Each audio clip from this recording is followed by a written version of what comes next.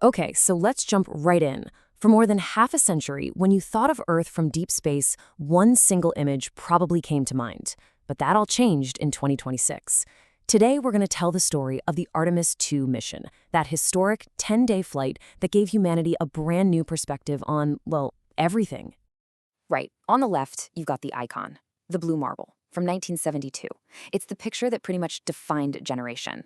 But on the right, that's the new view, the glowing marble. For the very first time ever from that far out, human eyes saw auroras dancing over both poles at the same time.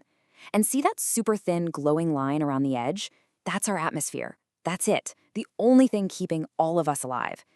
It's just an incredibly powerful and kind of humbling new portrait of home. So, who were the incredible people who got to see this view? Four astronauts flying in the Orion capsule they called Integrity. You had Commander Reed Wiseman, pilot Victor Glover, and mission specialist Christina Cook from the US, and they were joined by mission specialist Jeremy Hansen from Canada. This really was a new era of global teamwork in deep space. Now, their 10-day trip wasn't just about swinging by the moon for another look. Nope, this was about pushing way past the old limits and setting some brand new records for human exploration. And this number says it all. 252,756 miles. Just think about that. For over 50 years, the record for how far any person had been from Earth was held by the Apollo 13 crew.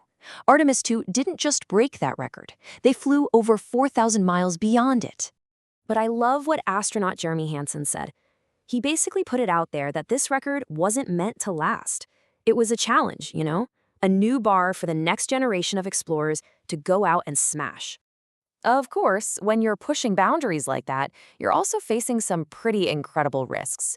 Once you leave the protective bubble of Earth, you have to be ready for all the invisible dangers just waiting for you in deep space. And what's the biggest threat out there? Solar storms. These are just massive, violent eruptions from the sun that blast harmful radiation all over the solar system. Down here, our planet's magnetic field acts like a shield. But out there, the crew is completely exposed. A direct hit could be really, really dangerous. So how do you survive one? Well, they've got a whole drill worked out. They're constantly checking data from space weather satellites. The second an alert comes in from mission control, the crew dives into specially shielded areas of the Orion capsule. These spots are packed with water and gear that can absorb the radiation. Then they just have to wait it out. This is a skill they absolutely have to nail for any future missions to Mars. But honestly, the most intense part of the whole mission came when they flew behind the moon.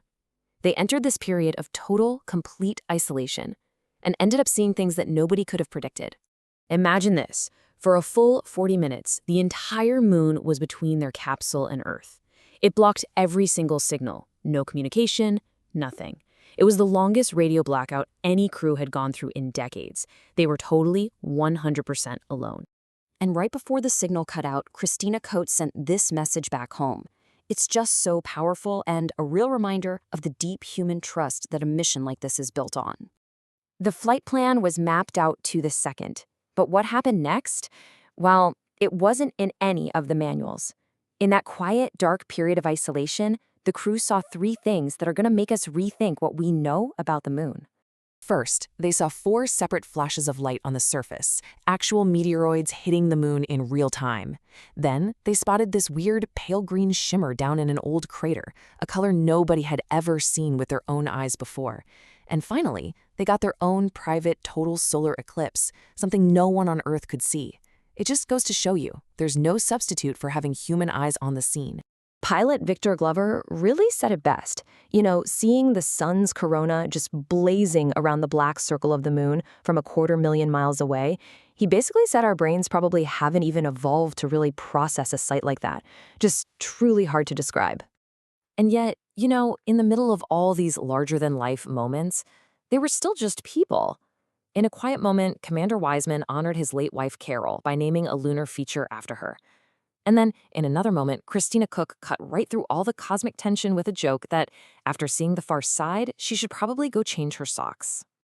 So, after 10 days of setting records and making incredible discoveries, it was time for the long trip back. And this part of the journey relies a lot less on rocket engines and a lot more on the sheer genius of physics.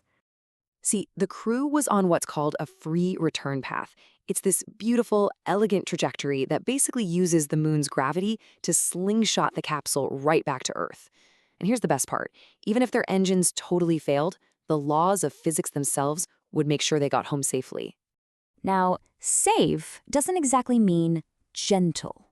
The final step is this incredibly violent slam into Earth's atmosphere at almost 25,000 miles per hour. That speed creates a layer of superheated plasma all around the capsule, pushing the heat shield to its absolute limit. The splashdown of Artemis II wasn't an ending. Not at all. It was the proof we needed that humanity is ready for the next giant leap, and it completely changes what our future in space looks like. And that brings up a really fair question. Why go through all this trouble and expense to go back to a place we already visited 50 years ago? Well, the answer is that the goal is totally different this time. We now know the moon has water ice, and with that water, you can do something that's a total game changer. You can use solar power to split it into hydrogen and oxygen. The oxygen is for breathing, obviously, and the hydrogen and oxygen together, that's powerful rocket fuel. All of a sudden, the moon isn't just a destination anymore. It's a deep space gas station. And that's what makes trips to Mars and beyond actually possible. And look, this isn't just one country's dream. This is a global mission. The European and Canadian space agencies and a bunch of others are critical partners, bringing in their own tech and research. This is really about building a shared human future beyond our home planet. This single idea, right here, is really the ultimate takeaway from the whole Artemis program. The mission of Artemis II proved we could get there safely again. The missions that come next will prove we can stay. And that just leaves us with the most exciting question of all, doesn't it? Artemis II kicked open a brand new door. So what will the next generation of explorers, with all their new tools and this whole new perspective, find when they walk through it?